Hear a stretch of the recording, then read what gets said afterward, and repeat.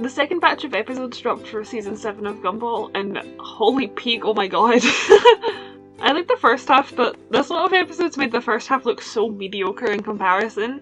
I'm not even kidding, this is one of the best batches of episodes they've given us. Every single one was good. In terms of watching it, I had a similar experience to last time. Once again, I'm clearly not American, so it's not out here yet. I was gonna watch them all on Discord again, but the time they were streaming was way too late for me, so I had to fire it normally. Not really something I want to do for a show that's currently ongoing, but I will watch the episodes a bunch the normal way when they air in the UK. That said, I think me watching the show by myself for the first time was a good idea, because I spent a good 2 hours uncontrollably vibrating, and I texted my friend a whole bunch that I literally couldn't stop shaking because I was that excited. I felt very similar to the day Deltarune came out. I ended up so nauseous and I even had to take a 20-minute break after episode 11 to calm myself down, or else I probably would have thrown up. I'm not even joking, by the way. I am the least normal person you will ever meet when it comes to Gumball. I always think Gumball doesn't really have that much plot, so therefore it's not in my top 5 shows. Wrong. It clearly is. The only other thing I get this excited about is Undertale and Deltarune. I don't even think I need to say what my overall thoughts are this time. I'd say that everything I just said sums up my thoughts quite nicely. Unlike last time, I was using Twitter and tweeting my reactions, so I have a reference for my live thoughts on certain moments. I'll be showing those on screen throughout the video. I have a feeling this video is going to be longer than the last. I have a lot more positive to say, and I don't really have any criticism this time, surprisingly. I mean, I'll likely still throw in a few things here and there, but nothing that'll take up 5 minutes to itself. I think the jokes were really good this batch, and the animation was great, and I think the overall show felt way more like the previous seasons. We've really got peak Gumball back. All of the opinions I've seen have been positive. Really the worst I've seen is, this episode wasn't for me, but like, in a preference way, not in a way that implies the episode is actually bad. So I think that's a really good sign. As I said last time, I'm deep into this fandom. I see everything to do with this show. Anyway, without further ado, I think now is the time to move on to my reviews of the episodes themselves. I'm gonna try to avoid saying this too much because this applies to basically every episode, but I really liked this one. It was different from what I expected, to be honest. I really liked the group they had, like with Darwin, Masami, Terry, and Claire. The entire episode I was thinking, the yearbook team being like this is so correct. As in all exclusionary and gatekeepy. The yearbook team when I was at school was also like that. I didn't even end up buying one because of how messy they were with it. I really like the character designs in this episode with their more gothic looking outfits, and once again, for not the first time, Darwin looks so cute in a skirt and a wig. He pulls it off insanely well. Also, they showed Claire's house, which was super exciting to me because back in 2022, I think it was, I made a Sims 4 save file of Elmore. Like, I fully just built the whole town, or at least all of the buildings I could do, so I may add that in at some point. Also, remember when I said this? If not for this episode, I wouldn't have thought anything about it, but they didn't interact this season at all. They were both desperate to get their hands on that crystal as well to see who their love written in the stars was, and they didn't do it together, nor did they apologise to each other at the end like Darwin and Carrie did when everyone went back to normal. After this episode, I was specifically looking out for them interacting, but it just didn't happen, and I'm thinking, did they break up? They have broken up before, and they weren't dating in season 1, like it is a possibility technically, but it didn't happen on screen. Maybe they'll interact later. Yeah, they're still together. It's weird how apart they were for the entire first batch, though. I wouldn't mind having another Carmelin episode. I know I'm the #1 Leslin shipper, but that doesn't mean I can't also enjoy what's canon. Oh yeah, and back to the episode, they had a reference to 3 existing vampire characters, those being Mavis from Hotel Transylvania, Alucard from Castlevania, which I learned via Twitter, and Edward from Twilight. That part genuinely caught me off guard so much. I'm not going to do a tier list for these episodes like I did last time, because none of them would go below a B, I don't think. So I'm just going to say I enjoyed this episode and it was a great start to the new batch. It even got me inspired to do fan art right away.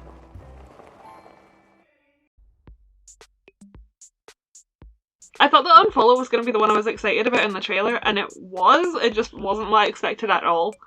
And not the one I should have been excited for. Then again, the one I should have gotten excited for wasn't in the trailer at all, so... Anyway, this sounds overly negative, but I promised I loved this episode. The premise was interesting, and I don't know why Gumball and Darwin are so eager to have a stalker, but hey, that's very in character for them at least. The twist was that she was only pretending not to be interested anymore to see what they'd do, and like, come on Sarah. Why are they even friends with her? I don't get it. She pretended to be obsessed with this other guy, and right at the start I was like, he's giving me AI vibes. I think that's an AI generated image. And guess who was right? Heck yeah.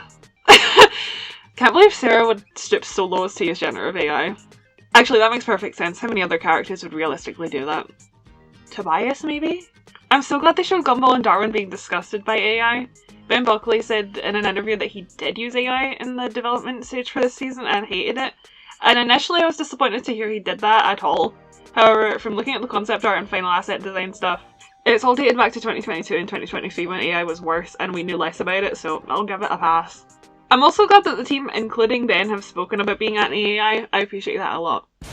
By the way, this was the episode that had a scene animated by James Baxter, and it was so well done. In classic Gumball fashion, they had James parody himself by overdoing squash and stretch animation and making the characters bounce in universe an uncontrollable amount. According to some of the staff, James Baxter said he had a lot of fun working on it and he loves getting to do stuff like that. I saw this joke before I watched the season, but they proceeded to follow that scene up with a Skibbity Toilet reference. Believe it or not though, it was hilarious. The setup for that was Gumball and Darwin trying to find a way to engage a young audience, Sarah in this case, and how they need thought-provoking, deep, meaningful content, only to cut to them chasing her down the hallway as Skibbity Toilet with a parody of the music playing over the scene, and when she's not interested, they flush themselves. 10 out of 10 humour. Thank you, Gumball. There was this one scene where they had a fusion of like 10 different real-life celebrities on screen, as in one person, kind of, but with like 10 heads, and it looked horrific. I only recognised Beyonce, Timothée Chalamet, and one other guy who I couldn't put a name to. I really don't know celebrities that well. They also had a scene where they suggested a gender swap episode and a multiverse episode, and in that scene, Chi-Chi from the Copycats was there? Hello? That was peak. I was very excited to see him, and it was the first time I had to pause and rewind this half season. After that, they pretended they were in a drama show, and this was the scene from the trailer I was excited about because I had Penny and Leslie, and I thought maybe they'd both be important to the plot, but they really weren't. This scene was one of the most direct pieces of queer coding of Leslie the whole show so far though, to the point where I'd hardly even say it's coding, but I'm getting a little ahead of myself here. We'll come back to discuss this later, believe you me. By the way, why were Penny, Leslie, and Carrie all in on making Sarah interested in being Gumball and Darwin's stalker again? Why was that acceptable in their eyes? Why did they have zero problems with that? Oh well. Anyway, I think this episode had some of the best jokes of the season in it, if I'm being completely honest. It was very good.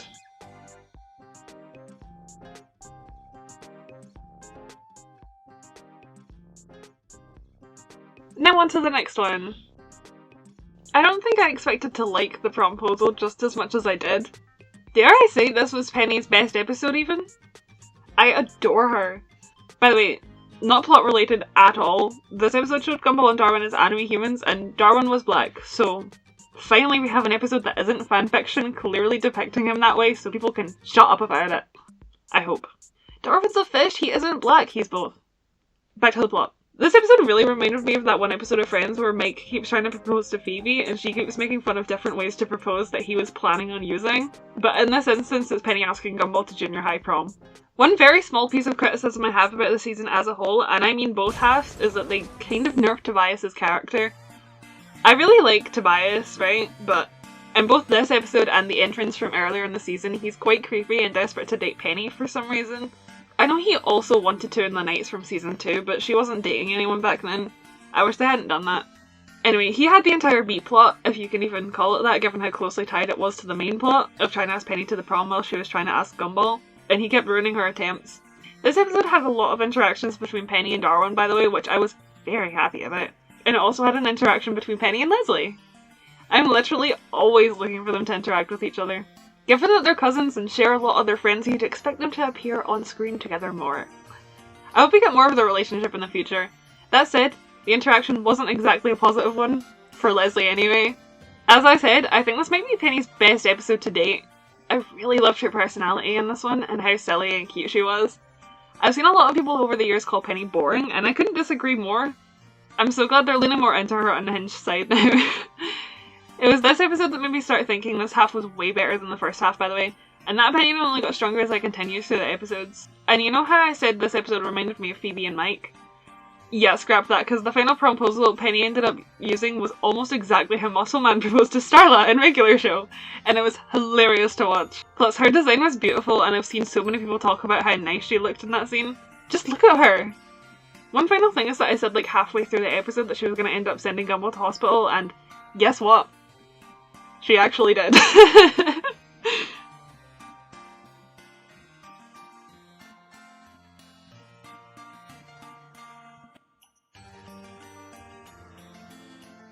trumpet reminded me a lot of the episode Yakety Sax from My Little Pony, but like a better version of it, because everyone felt in character. I don't really have a lot to say about this one in all honesty, but I really like Darwin and Anaise's dynamic and the running joke that no matter what happened in the future, someone would end up living on someone's couch.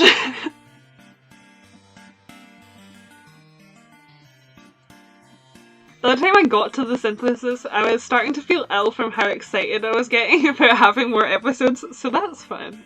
I got excited at Wilson Bilson being mentioned at the start because I couldn't remember him even being seen or mentioned outside of the others, and I really like him in that. And one of my mutuals replied, "Those who know," and I didn't know what they meant yet because I hadn't seen any spoilers. I understand now. I'll get back to that later. This was yet another Nicole and Yuki episode.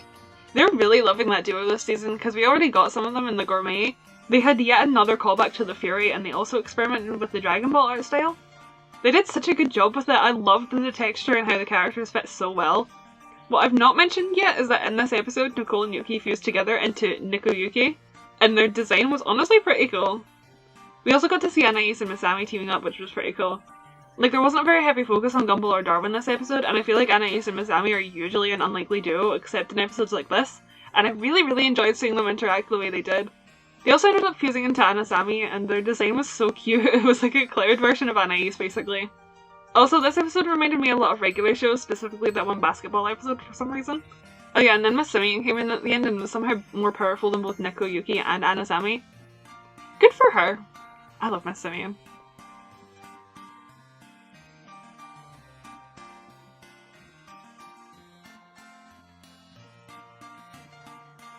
The Cheap Miss was obviously a Christmas special, which I was excited about because we haven't had a proper Christmas special in absolute ages, despite getting Halloween specials relatively often. Even Gumball Chronicles had a Halloween special. This is officially the third one, but only the second one to actually be set at Christmas. It was a pretty good episode. It was about how they were cancelling Christmas because Elmer's gone bankrupt and they straight up cancelled the day's existence altogether. It reminded me of the fact that as recently as the 1950s, Christmas was frowned upon here in Scotland. Here's a random Scottish history lesson. The winter solstice was, as you may know, a Celtic pagan tradition, and then Roman Catholicism took over as the mainstream in the UK, but the Scottish Parliament didn't want anything to do with that, so in 1560 it became frowned upon to celebrate Christmas in any form, including the winter solstice and Yuletide. And then in 1640 they passed a law that made celebrating that time straight up illegal, and it didn't become a public holiday again until 1958, which is recent enough for our grandparents to remember, which is why Hogmanay and New Year are so big. I love Hogmanay, it's my favourite holiday, fun fact. Since a lot of the people who work on the show are from here, I wonder if anyone had that in mind when writing the episode. Probably not, but it's fun to think about. Anyway, enough modern history. Back to Gumball.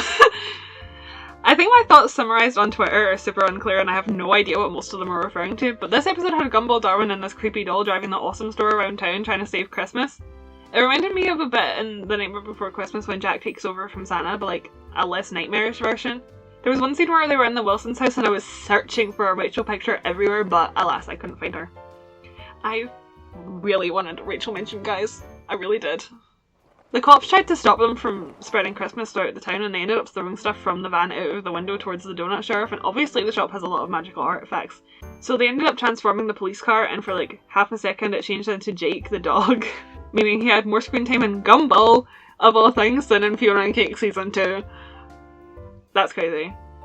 Because if I watch people who were talking about it, that was one of the only spoilers I got for this batch of episodes, so I appreciate that. Thanks Jake for saving the surprise of certain other episodes. Also, I was a little disappointed there was no Brian Blessed in this one, despite Santa being in it and voiced, but oh well. He is quite a big name British celebrity, it probably would have been too much hassle to get him back for only like 2 lines. He has such a distinctive voice though, so unfortunately no matter who they cast, no one would have been able to live up to his original performance. Also, I just want to point out, because I didn't know where to fit this in, but it's always been there so I was looking out for it. The Awesome Store has a pride flag on the back of it, and it is in fact still there, obviously. Anyway, overall, it was a good Christmas special, and I wish we had the new episodes in the UK so I could have watched it on Christmas Eve, but we have to wait till February. Oh well.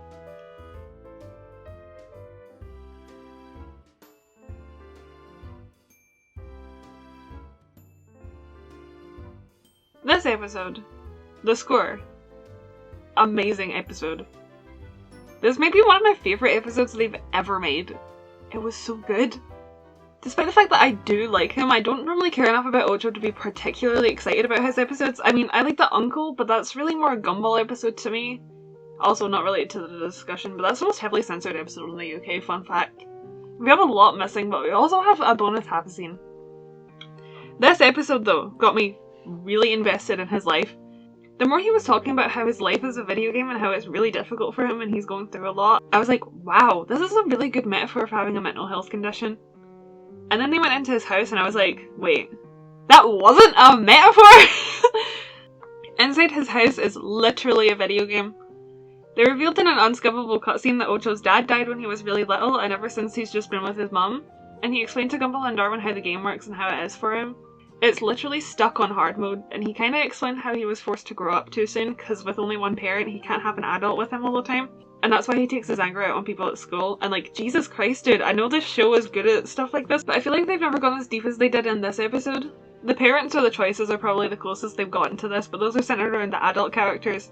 Anyway, Gumball and Darwin ended up really angry with how unfair things are for Ocho, and they ended up taking their anger out physically too. I really like the conclusion where Gumball and Darwin helped Ocho out and showed him that his game doesn't have to be so difficult if he lets his friends help him out from time to time and if he allows himself to have fun with it. And I really loved how they didn't make that lesson just get over your problems and have fun either. The lesson was teaching him how to make fun out of a bad situation and how to handle it better. I'll say it again, I really liked this episode. It's definitely in my top 10 of the show, and top 3 of this batch. It's one of the best they've ever made.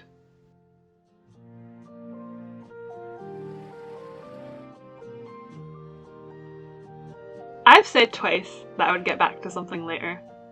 Now is later. Oh boy, was this an episode for me! Speaking of episodes on my top 3 of the batch, here's another. 2 back to back, after I'd already been vibrating uncontrollably from excitement. This cannot have been good for my physical health.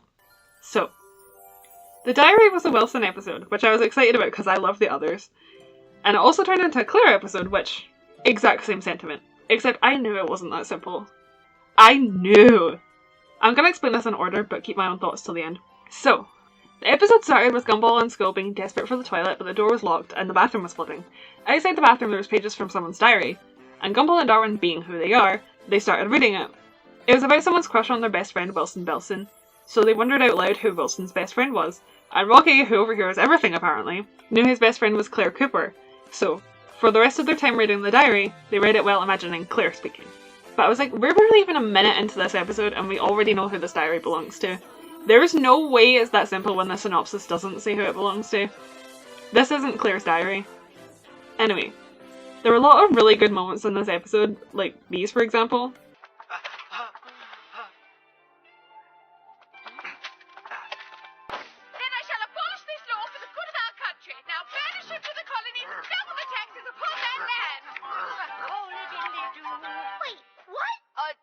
Dude, I think you're just reading about the British Empire now. Oh.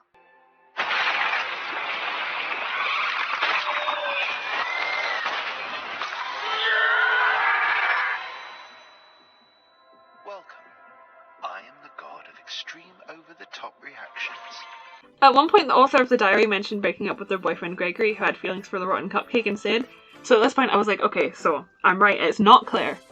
Because she has a boyfriend. And that's Jared. She's not dating Gregory. So at this point I was pretty confident in my gut feeling, and I said, I feel like a boy wrote this diary. And like, the diary was found outside the bathroom, which was suspiciously labelled with just a picture of a toilet, unlike the usual signs they use. Like, obviously it was a gender-neutral bathroom, but this is the first time they've used one in the school. And if Gregory's other love interest is Rotten Cupcake, their gender changes to fit the narrative, really. They weren't referred to with any gender terms in this episode either. Anyway, they ran into Claire in the library, and who was she with? Oh yeah, her boyfriend Jared! So no, it wasn't her diary. Like I said. Then they found a note on the back of one of the diary pages that said something like, "Help, I'm stuck in the bathroom." So they went back to the bathroom and Gumball yelled, "Who's in there?" Guys. It was Leslie. It was Leslie! My son is gay. I mean, we all knew that, but canonically this time, I knew this would be the episode I was told I would like. You know why? Well, for starters, I'm known as the Leslie fan by a lot of the fandom. Even more so, the Leslie fan. So it was obviously a Leslie episode. I read through the synopses of every episode before I watched them and looked at the titles too, and the fact that this episode in particular was so vague made me suspicious. The synopsis mentioned an anonymous girl but didn't say who it was, and also didn't say what the diary was about. My suspicion is that they did that because if they said the diary was about a crush, then the twist would be too obvious if they don't know who wrote it. Anyway, that made me think, I bet it's this episode. I bet it's about a crush on a boy. So they assume a girl wrote the diary, but it was actually another boy. And that boy is Leslie. And that's why people think I'll like this one. And I honestly couldn't have been more spot on. That was literally the exact plot of the episode. And I knew that before I watched it. Also, to be honest, I would have been surprised if they put Wilson with a girl after designing him like that. So, you know, that only amplified my suspicion. Honestly, the only part about this episode I didn't like is the fact that I don't like Gregory now. That sucks. Also, Jesus Christ, bro, Leslie has an interesting taste. Either it's the annoying class clowns or the pretty boys, if we can now assume he really did like Banana Joe and Alan too, previously at different points. Also, aside from Gumball and Darwin, I think Leslie was the only student in this episode who was in the year below, which is interesting. I wonder why they decided to make him interested both platonically and romantically with all the older kids. I can't say I'm surprised, I do think he fits right in with that group. You probably assumed this, but their crush was mutual, by the way, so Leslie and Wilson did end up together. It was very sweet and I hope we see more of them in the future. I'm genuinely so happy that they have each other. By the way, need to address the elephant in the room. I've already said this while discussing this episode, but I've been known as the Leslie shipper since I was 16. And I'd like to inform you all, they're still my OTP. I still love Leslie and Alan, that's my favourite ship in the show. And thanks to this episode even, I can add fuel to it because that means all the queer coding is no longer coding.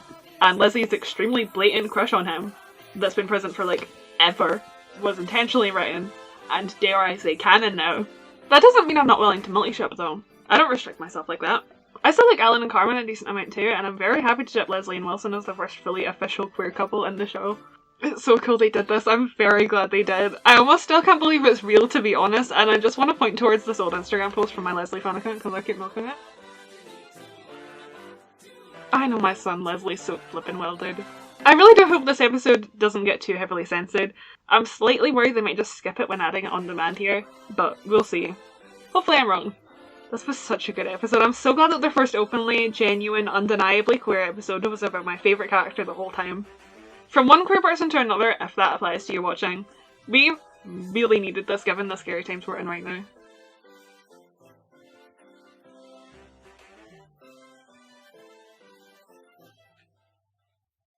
One final thing, I have another video planned in this episode along with the score are absolutely going to be spoken about in length. So, stay tuned. It'll be one of my next scripted videos. Don't know when that'll be. Okay, confession. I barely remember this episode, and I'm really mad about it because this is a really highly rated episode, and because I prefer to write videos like this after just one watch, unless I forget too much or it all blends together. Can you blame me though? I was literally vibrating, and this episode came out after 2 out of 3 of my favourite episodes of the season, which only made me worse. I do know that this was a really good Gumball and Nicole episode though, and I remember laughing at a lot of the jokes. I was in genuine pain though from the excitement and had to take anxiety meds to calm myself down. And I was also texting my friends during this episode because of the previous episode.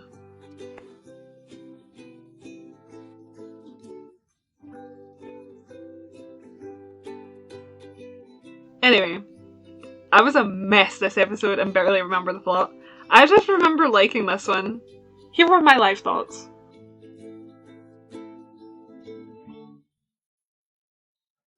I saw the thumbnail for the roast and I got nervous because Alan, the other character I claim as my son, was in the thumbnail, and I was genuinely worried I might throw up because I still hadn't stopped shaking with excitement, and I was feeling really nauseous and dizzy by this point. I have a real problem, I swear to God. This episode made me feel Mick Graves' absence a little bit, by the way. He was one of the directors and was Banana Joe, and his name popped up a lot in Elmore. And he did like half the live action bits when it wasn't Richard Overall, who also left. Also, the plot of this episode reminded me a lot of The Test, which was a Tobias episode instead of an Alan episode. But it also reminded me of that one episode of Friends where Chandler's New Year's resolution is to stop making fun of his friends. This batch of episodes reminds me of Friends quite often for some reason. Anyway, this was a pretty fun episode.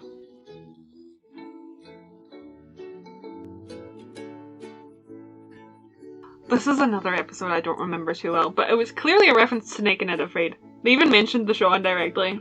I think it was a decent episode, but I was still too full of adrenaline, so I ended up taking half an hour break after this, because I really felt like I would have thrown up if I kept watching in the state I was in. I'm the most normal person about the show ever. Clearly. At least taking a break here means that I was gonna remember the episodes after that and I wasn't too distracted by how I was feeling physically. Finally, an episode I felt a little bit same for, thanks to the break I took. The Labels is the episode I've seen memed the most, both in a good way and in a bad way. To get things out of the way, yes, I loved this episode, and no, I didn't feel like it strayed from the original 6 seasons too much. Actually, this episode felt like one of the most Gumball episodes to me, and I'm on my 38th rewatch from the start, so I know the show inside out, backwards and forwards, right way up and upside down. I love that Mr. Small had a sock puppet the entire time. It made me think of the Silent Snake and the sock all the way back in season 1. I'm a big fan of Hexagon Lady, the background character, and we now know her last name is Coombs, which is good to know. She was a terrible school counsellor, but to be fair, so was Mr. Small. Plus, she's an icon and a diva. I love Miss Coombs. The entire episode I was obviously looking out for what labels everyone was getting, and I think it was an interesting writing choice in a good way to have every character become a one-dimensional version of themselves when given their label. So like, Darwin becoming more of a doormat, Ocho showed nothing but anger, Leslie was even more of a drama queen, etc. I think it had a surprisingly good message, like the way people label you doesn't define you, and Gumball absorbed everyone's labels and the personalities that came with them all by the end of the episode in order to use all of the special abilities they held against Miss Coombs, and gave her the label of Fired, which got a pretty good laugh out of me. I mentioned in the previous episode that I was really missing McGraves, and on that note, I think this episode was Kerry Shale's best performance as Banana Joe. Obviously when one voice actor has such a distinctive voice, it's really difficult to replace them, but they really picked the best person they had on hand to do it, I think. I appreciate voice actors so much. Voice acting in general has always been such a big interest of mine. Ask literally anyone I know and they'll tell you.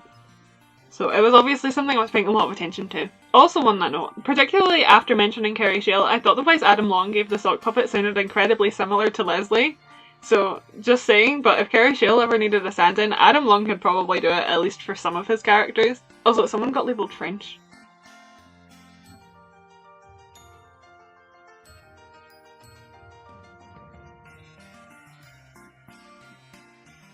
So, I hate April Fools, and so does Darwin. Me and him are so similar. I love Darwin, he'll always be my favourite. But I'm so glad that their first openly, genuine, undeniably queer episode was about my favourite character the whole time. Okay, but Darwin's my actual favourite and always has been. It's just so much easier to obsess over and claim a side character than a main one. Okay. Leslie is my favourite, but Darwin is actually my favourite. Are we clear? Good. Basically, this episode was Gumball trying to prank Olive Elmore because no one was in the April Fool's spirit. Like, okay, I'm shocked. April Fool's sucks. Everyone, and I mean everyone who participates always makes me feel so overwhelmed and anxious. I genuinely have no idea how anyone can enjoy April Fool's Day, but I digress. This actually was a good episode despite my intense hatred of the day. I mean, every episode this batch has been good, but what do you expect me to say about it? One thing I will say is that I think this was the only episode Banana Barbara showed up in, which does upset me a little. She was so plot relevant. I hope we see more of her in the future episodes, and with an actual relevant role this time. I think everyone is familiar with the fact that Mr. Small has a pride flag sticker on his bed, which is shown in the night, but he actually also has some on the counter at his meditation instructor job too, shown in this episode. I got very excited when I saw that. Also, by the way, they referenced the Barbie movie in this episode, like the rollerblading scene. It was so peak. The entire town decided to break into the Watterson's house at the end to get revenge on Gumball, and it kinda reminded me of 28 Pranks from My Little Pony, and also of SpongeBob in general for some reason.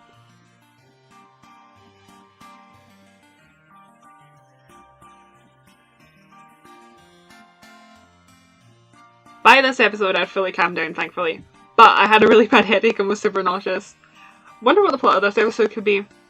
Oh yeah, Gumball has to give Anais her homework that she's left at home while he's incredibly ill. Perfect episode to watch with severe nausea! To be honest, it was fine actually, I just bonded with him. I did say right at the start though, can't he just text her a picture since Anais obviously had her phone with her? By the way, they name dropped Timothée Chalamet in this episode for some reason. I don't know why. Are they allowed to do that? That's at least the second reference to him this season I don't understand. Also, there was a flashback scene and for some reason Gumball was meant to be 8, but he had his design from the Origins when he was supposed to be 4, instead of his design from the Rival, which would have been the correct one. I feel like that's too big to be an animation error, but like what else would it have been? Surely they wouldn't have done that on purpose, he was 4. This episode was so sweet and showed a really nice side to Gumball, and how much he cares about his little sister and is willing to do so much for her. I love his and Anais's dynamic.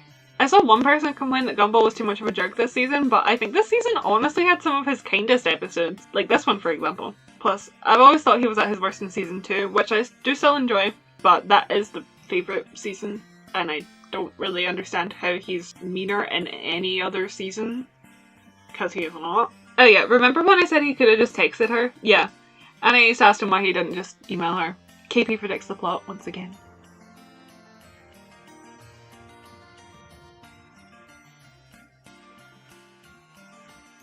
This episode was pretty decent, but like the majority of what happens is non-canon since it was all Gumball and Darwin's imagination. That said, it's not like that was sprung onto the audience right at the end, it was pretty obvious from the start. I like background character episodes of shows, and this was no exception.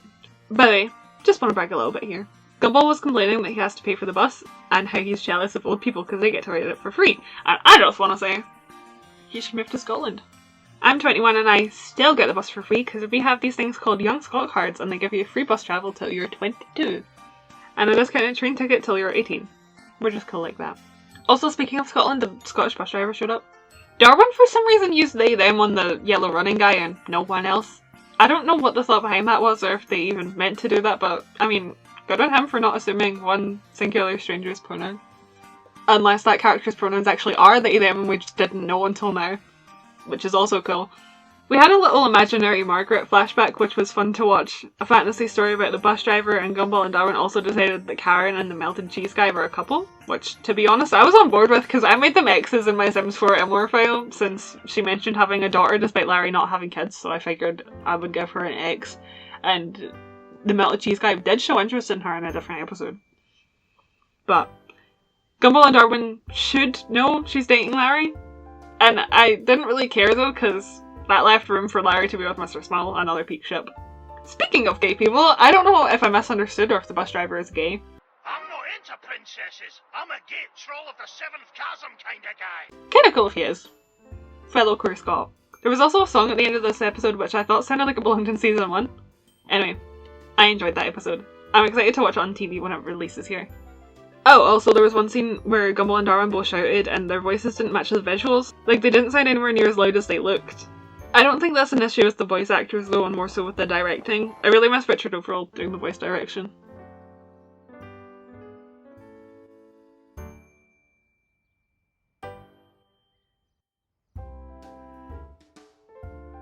I cannot lie. I can't figure out the context of the majority of my tweets about this episode, which is what I've been relying on to give an accurate representation of all of my thoughts so far, so this one may be difficult to write about. The Mister was an Idaho episode, which is pretty cool since we never get Idaho episodes. Also, I like when shows develop a culture for certain characters and we get to see the main characters learn about it, because this episode was about the traditions in his culture to do with aging. Basically, he's sprouted, and in his culture that means he's no longer a kid, so he spent the entire episode trying to do adult things. My favourite part, honestly, was the bit where he tried to get a minimum wage job at Joyful Burger and Larry said it required experience, and when Idaho asked where do you get experience, Larry said nowhere! And that people with jobs get there through connections like family, friends, etc, so basically nepotism. As someone who's been struggling to get an in-person job for like 2 years, that's so real. Even down to the connections part, because the only job I've been accepted for was a temp job at Claire's thanks to 2/3 of the employees at that specific store being my aunties. Many side tangent, but that was such a good job, I loved working there. It was temporary because that specific shop was closing down, but I've been applying to other ones that have remained open, so hopefully I can work there again at some point. I genuinely loved working at Claire's. Anyway, back to Gumball. I really loved how it showed all of the adults being just as clueless as the kids. Like, it's everyone's first time living. None of us really know what we're doing. One person looked up, "have a headache, will I explode?" and I found that really funny because I have really bad health anxiety, and lighthearted jokes like that in media where it's still presented as a genuine worry always cheer me up. I know she's not important to this episode, but I really like Terry a lot for that reason. Her anxiety is a perfect balance of jokey and serious for me, and I relate to her very much. There was another song in this episode, and oh my god, it was so visually cute that I started crying. I'm not gonna lie, it was probably because I was close to my period, because I didn't cry when I rewatched the song on YouTube. But still, it was very cute. It showed all of the adults struggling with their daily life and it aged them down to the young child versions of themselves, because like, we're just big kids really. There isn't any specific point in your life where you suddenly have everything together. You grow a little every day, which is of course exactly what the song was about. I do want to talk about one minor issue I've had with this season here though, and that's, unfortunately, Darwin can't sing very well and it kind of ruined the song. I do really like this song, but the harmony sounded terrible and I wouldn't listen to it without the visuals. I'm not much of a singer either, so I'm more saying this as an observation than as an insult. I think he sounds okay when he's by himself, it's just Gumball's singing voice is pretty good, so it's particularly noticeable when they sing together. I think Hero Hunter is a really good speaking voice for Darwin though, and I really enjoy his performance otherwise. I also don't know if he's sung on TV before, so it could also be a confidence thing, I don't know. I don't really mind, I think it's more realistic anyway for like a young kid to not be a very good singer in TV, because that's something that I've always found weird since I was a kid, where all of the characters and especially the kids are just amazing singers for some reason. But obviously it's fiction, so it doesn't matter. They're good singers because it's a musical show. But I don't know. That's something that I've always found weird since I was little, so I don't mind. Overall, this was a great episode.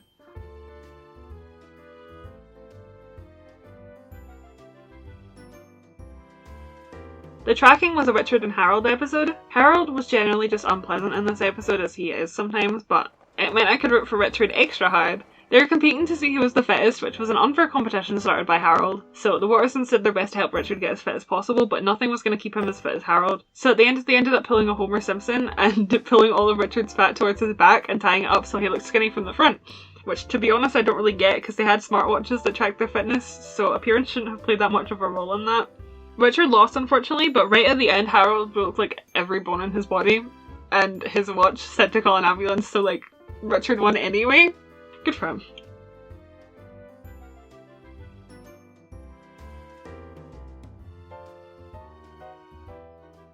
This episode was only 10 minutes long when I watched it, so the US version might have some censors. Guess we'll find that out in February. Anyway, this was the Banana Joe episode, and it was definitely interesting. First of all, he definitely sounded more obviously voiced by Carrie Shill than he did in a couple of the other episodes rather than by Mick Graves. Secondly, there was this scene. Oh, that's good lunch. Oh, yeah. That burns deep. Oh, that's good. Yeah. Oh, yeah. I mean, what was that? I don't want to see that. Anyway, this episode was about Banana Joe getting a pair of trousers and how everyone was disturbed by it because his banana peel is already his clothes, and everyone needs to adhere to the status quo and dress their usual way. So Joe went around and pointed out the fact that there's no norm when it comes to wearing clothes. For example, Gumball wears everything but shoes, Darwin only wears shoes, Sussy has a full outfit and is the only one dressed normally, Carrie only has a hair clip, Tobias only has a sweatband and shoes, Penny used to wear a shell and shoes but is now naked, Hot Dog Guy only wears a bun that covers his back and a pair of sunglasses, Sarah's head is in an ice cream cone which is part of her body, as long as her head is in it, and to be honest, he raised a lot of very good points. Also, when he pointed out the fact that Penny was naked now, holy moly, the way her wings were animated was beautiful. Anyway, everyone was still uncomfortable by what Joe was wearing, so to combat that and make him uncomfortable as well, they all took their clothes off, or the outer layer of their skin, or the object they were in, or whatever applies to each individual character. Literally every single character. I don't know why. In what possible way is that the same? He was wearing 2 sets of clothes, they were all wearing nothing or had literally removed their skin. That's not the same at all! This episode was also the only other time we saw Lamarba Banambran. By the way, I know I said the Foes was the only other time she showed up, but she was briefly here too for a few seconds. Genuinely, this is one of the weirdest episodes they've ever made, but it was so weird that I think I loved it. I can't even describe how this episode made me feel, so just watch it for yourself, because what was that?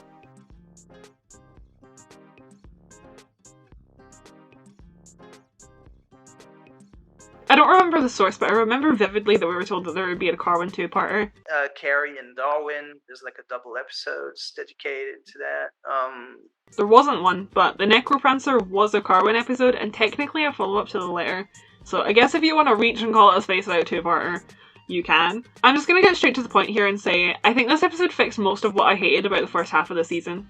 They actually addressed the incest jokes, and Gumball banned Carrie from using his body. Thank God! Because you remember my issues last time. Here's the clip. The letter! I really liked the Pendle scenes once again, and I'm glad we got a Carwin episode. They're really cute. I love Darwin so much. He's my favourite character, so I'm always up for a Darwin episode. Overall, I really enjoyed this episode. That is until the end. Jesus Christ, what was that? Usually it's not a problem at all if a character gets Darwin or vice versa. The only time it was a problem before was back in season 2 in Halloween when they weren't even dating yet. Why on earth did she need to possess someone to kiss him? And why did she pick Gumball? And why was it animated like that? And for so long, what on earth was that? I would have rated this episode an 8 out of 10 or something if it didn't end like that. I did not need to see Gumball and Darwin kissing like that.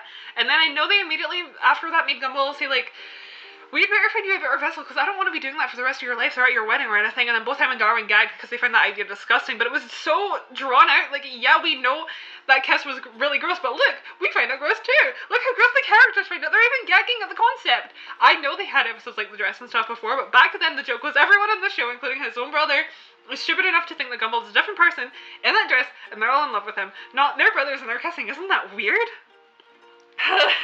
The visuals in this episode were really cool, and like, they went to a new location as well. They went to the underworld and tried to find a vessel for Carrie so she could kiss Darwin. Part of this episode reminded me heavily of Diary, as in the regular show episode. Like, they had to be honest with their thoughts and feelings, so you had Darwin saying something completely honest immediately. Skips. You had Gumball spouting out random embarrassing secrets. Mordecai. And Carrie, who wasn't being truthful with her feelings and was the last one to be honest. Wrigley. She hated the idea of changing herself physically in order to be with Darwin, which is a good moral of the story in theory, but in practice, when the original alternative was possessing his brother, I don't think it quite landed or came across the way it should have. That said, this was a good episode in my opinion, as every episode in this half has been. The episode ended with the genius idea to have Carrie possess Darwin's arm, so it ended with Darwin voicing both of their thoughts and making it with his own fin. Originally I thought it was his tail or something that Carrie was possessing, I really couldn't figure it out. It was a disturbing visual, I can't lie. I don't really get why they made it like that when they were able to kiss just fine in The Matchmaker. Like I know cartoons like this sometimes change the canon or the consistency for comedic value or because they had a story idea, but I just don't feel like this was a plot they needed to do, to be honest. I don't dislike what they did with it, I just don't get why they did it.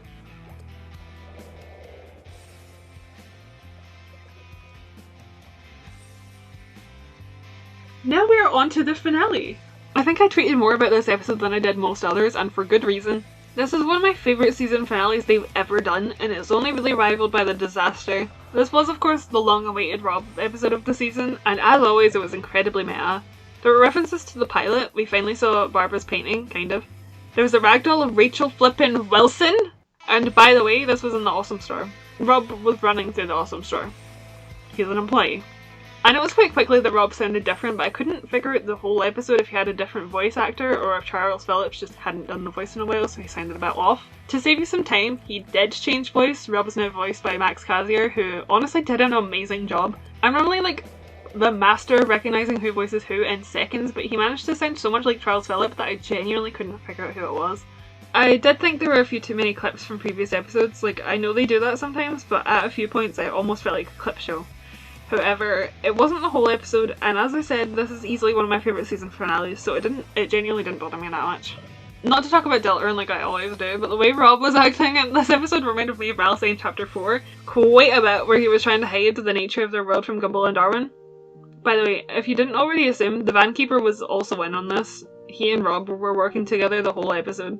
They basically had the in-universe script and were writing it on the go or editing what was already there, just like Rob tried to do with Barbara's paintings in the future.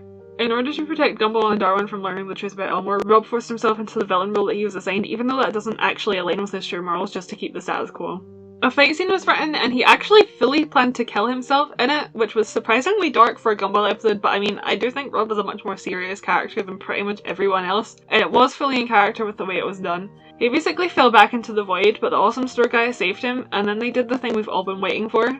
He came out in the van. We saw the Vankeeper's design.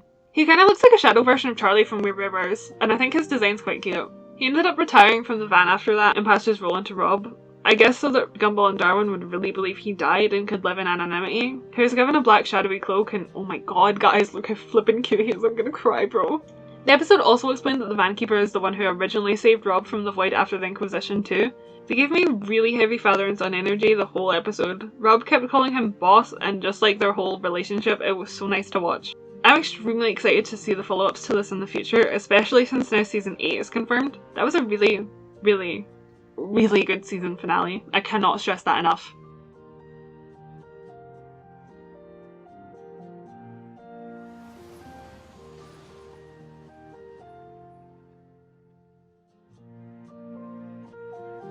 I think this half of the season, in retrospect, made me aware of how mediocre the first half of it was. I honestly think this was my favourite half of a season they've ever done. I'm so excited for it to come out in the UK. It also gave me a heck of a lot to talk about in the other Gumball video I've been planning for months. I specifically held off on writing a script for that because I wanted to see if season 7 had much to offer me for it, and boy howdy did it! As I've made pretty clear, there wasn't a single bad episode in this batch, at least in my opinion, and from what I've seen compared to the last time too, the reception has also been extremely good. They did a really good job with this season, and as I said, I'm so excited for season 8. Not that I wasn't before, but I am especially now. This script took way longer to write than I wanted it to, but that's completely okay. I think I'm more happy with this than I am with part 1, which is saying something because that was my proudest video. I feel like I've been getting a hang of making videos recently, which is quite nice. Also, I need a new mic, I know. If anyone has any recommendations that aren't too expensive, please let me know. I'll be extremely grateful, and so will your ears. Anyway, that's the end of this video. I know that this was quite long, but I am very, very passionate about Gumball. So, I mean, if you've watched this long, you must be too. Either that or you just like to hear me yap. But yeah, have a nice day and a goodbye.